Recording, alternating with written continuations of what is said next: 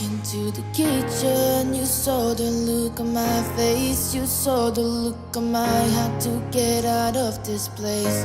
I seen something I've never seen before. When you put on the pineapple, we couldn't be friends anymore. Pineapple blossoms, go on pizza. It's a fruit and you know that. Pineapple blossoms, go on pizza. They just don't belong.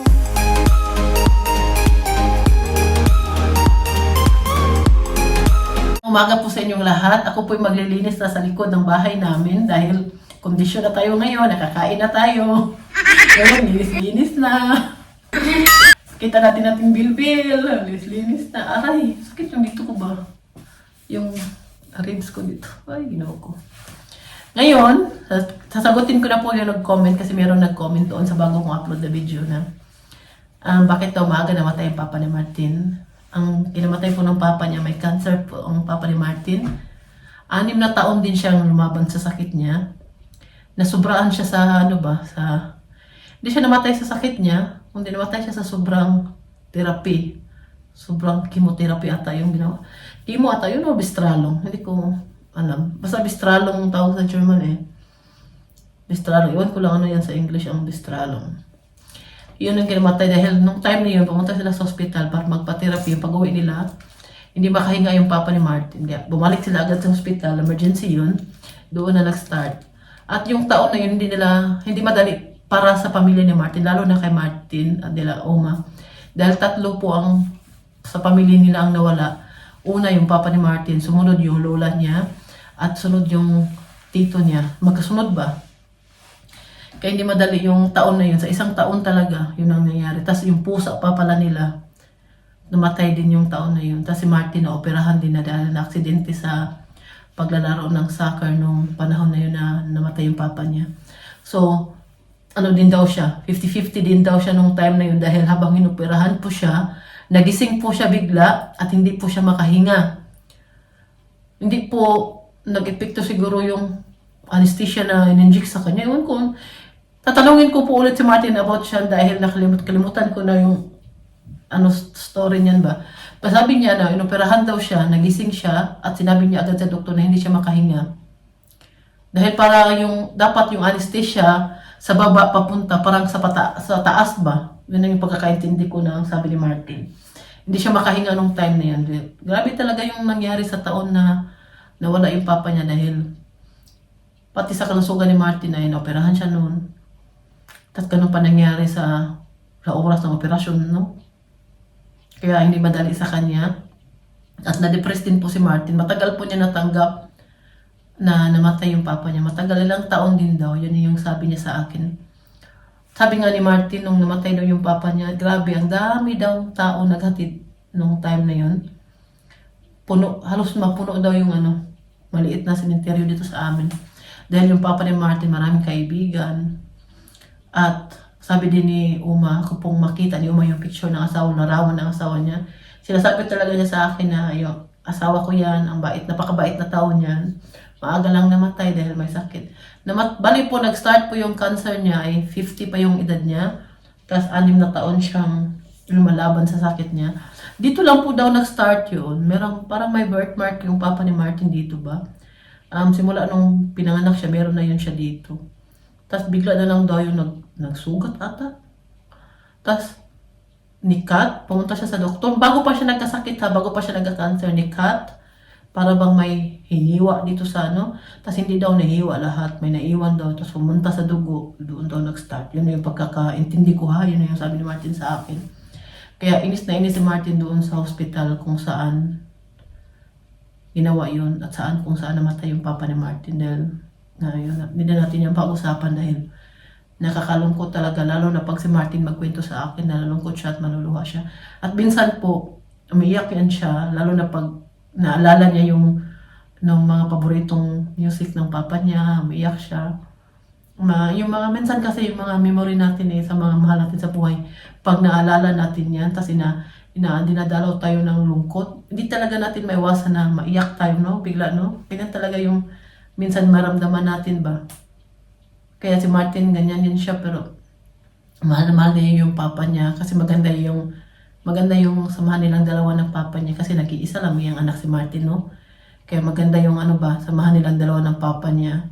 Tapos na-depress siya, matagal niya natanggap. Kaya naintindihan ko na ganun siya ka-alaga kay Uma, ganun niya kamahal si Uma, ganun niya paano niya nilagaan si Uma kahit sobrang busy namin sa mga anak namin, may trabaho pa si Martin, pero tumutulong siya sa akin, lalo na pag dito siya sa bahay. At ayaw niya talaga na si Uma dalhin doon sa Haim. Gusto niya dito lang si Uma sa bahay.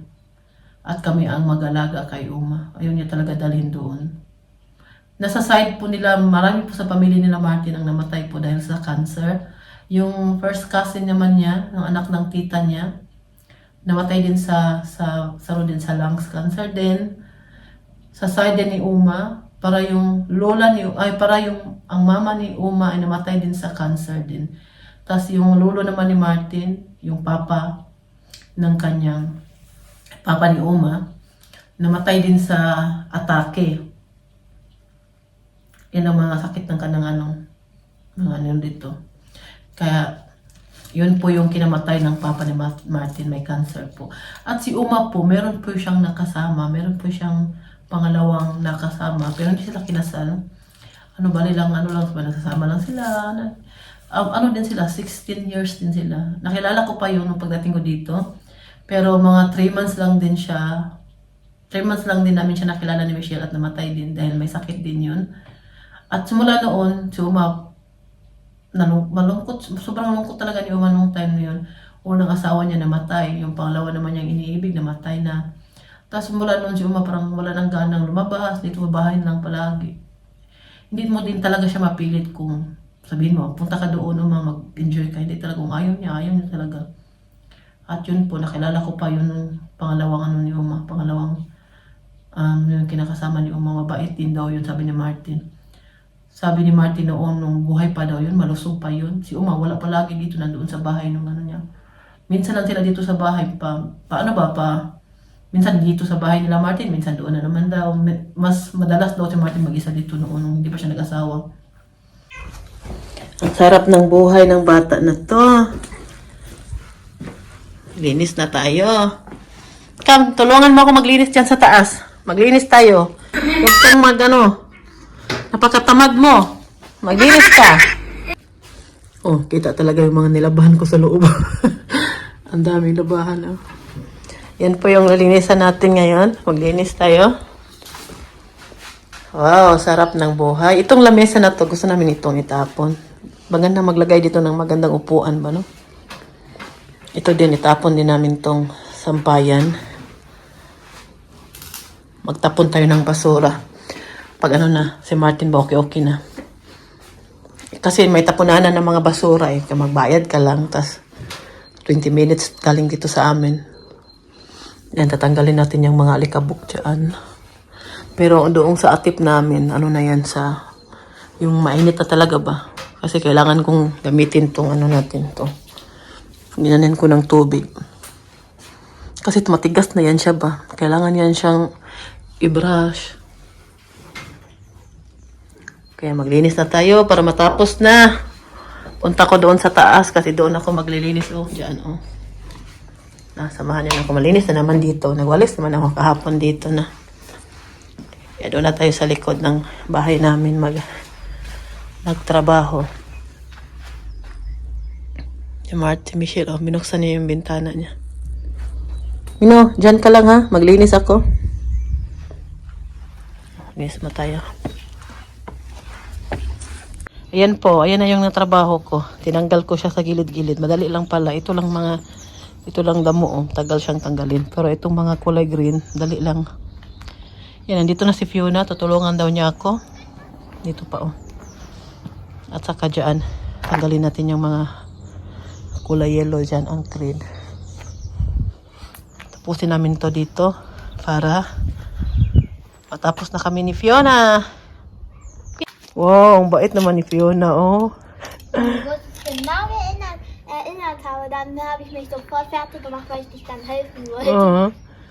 Naalala daw niya na, tulungan daw niya ako, kaya nagbihis daw siya, at lumabas siya, at pumunta siya dito. Yan na yung naipon namin, oh. Di ba? Ito, tatanggalin ko pa tong damo na to. Matigas kasi yan siya. Sobrang tigas. Ay, ko. Maglinis tayo para mabas-bawasan na yung tong mga dumi-dumi dito. Magtambay tayo dito sa labas pag magandang panahon. Magdala tayo ng upuan dito. Kahit dito sa kilid, sunog dito. Pwede naman dito mag-upo. Tanggalin natin tong mga magulo dito sa labas. Itong pusa namin, oh. Kanina pa itong disturbo sa akin. Muntik na mahulog yung cellphone ko sa semento. Muntik na mabasag. Sinasabi ko sa'yo, Mino. Diyan pa, oh. Pero konti lang naman yan. Si Philip na diyan magtanggal ito. Sa akin, tanggalin ko pa to.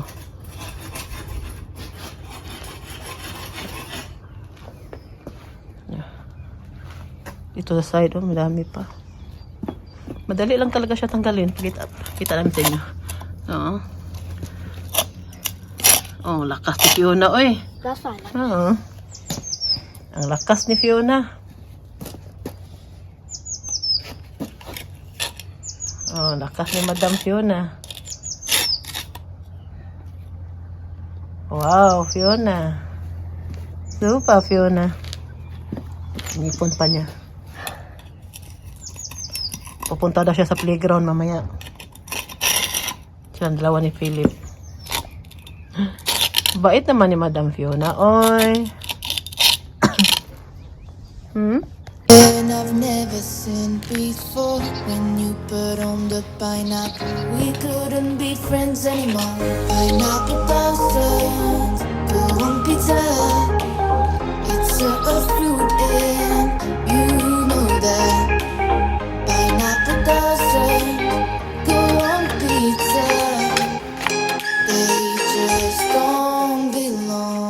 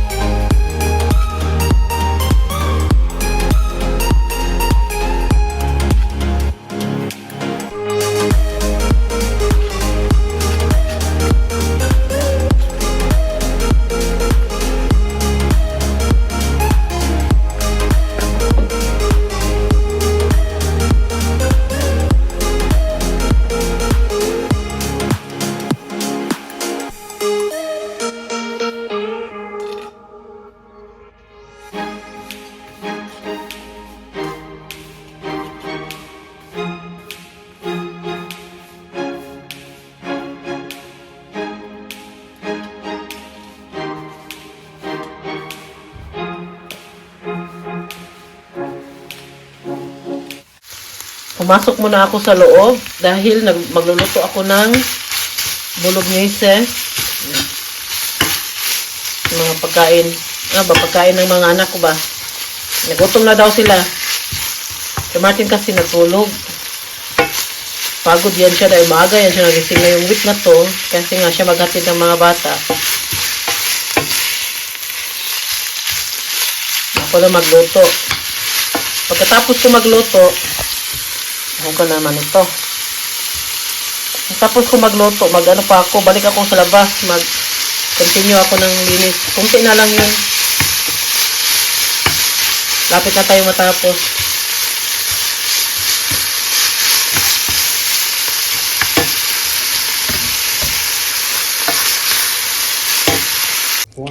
Yan, nag-continue si Fiona.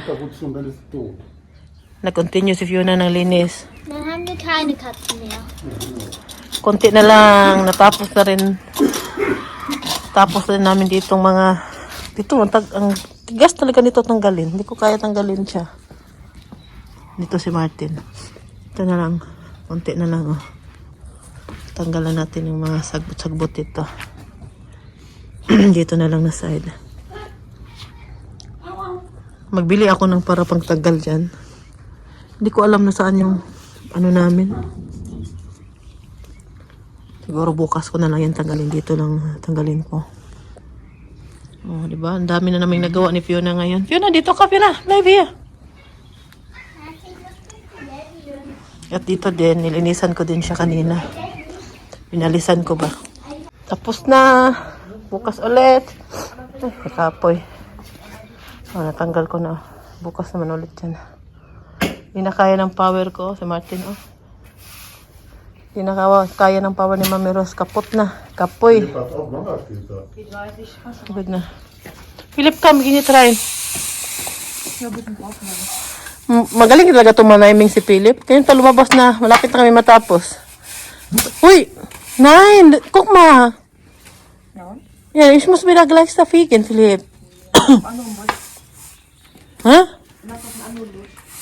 Nein, wir gehen jetzt rein. Tapos na tayo. May bukas pa. Nilinisan ko din dyan konti, oh. Gusto ko to siyang tanggalin ba? Ang tigas.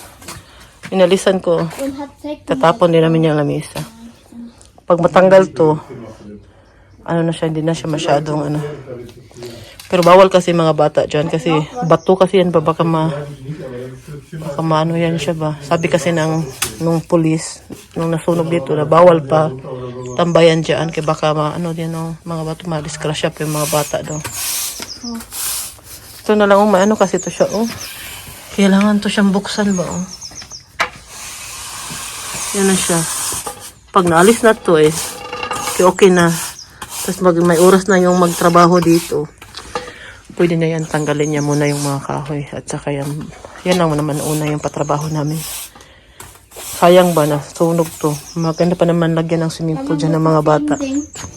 Si Kambi, bigyan niya rein. Nein, ich muss das kurz noch fegen. Yan, bigyan niya rein. Okay. Magpasok na tayo, gabi na. Wir morgen.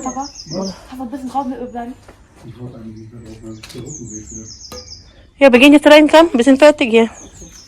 Ja, da in der Ecke, bitte. Nasunog din to yung pinto dito. Diyan nakalagay yung mga gamit sa garden namin. Inipon ko muna yung mga basura. Sige na, dali na. Nay, Mishkap. Sinira. Come. Philip, oh.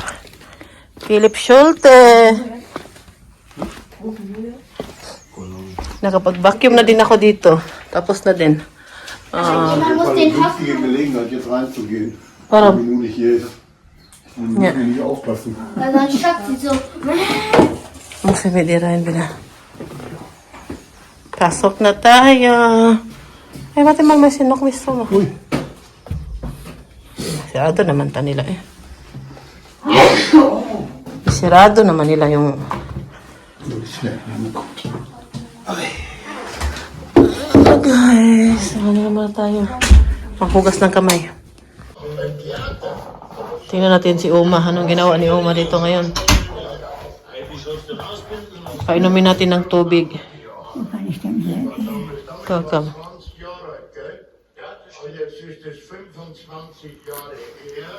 Yan si Uma.